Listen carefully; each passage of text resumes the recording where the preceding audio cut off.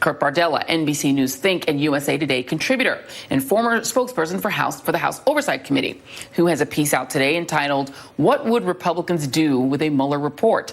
Build an Impeachment Case." And let me go to you, Kurt Bardella. I'm going to do a WWRD. What would Republicans do if they had the same hand to play? Because in the case of the Nixon impeachment hearings, everyone who had a television was watching that. It was must-see TV. Those hearings were riveting to the country. Same with the Clinton impeachment. Even though people were aghast at the fact that it was so clear that this was partisan and that it had nothing to do with protecting the country from what? From a presidential affair.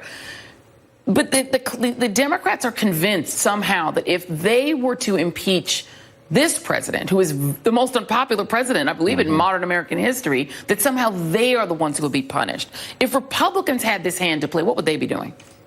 Well, I can tell you, Joy, if Donald Trump were a Democrat and Republicans had control of Congress, they'd be impeaching him right now. There would be no, well, let's deliberate. Let's consider the political ramifications. They would move full throttle, full steam ahead. And I know that because when we were at the Oversight Committee, when I worked as a Republican at the Oversight Committee during the Barack Obama presidency, all we did was issue subpoenas, hold hearings. Heck, on Benghazi alone, we created a special select committee to specifically focus on that issue, that controversy, and we wouldn't shut up about it. Day in and day out, for 5 years, we talked about these things.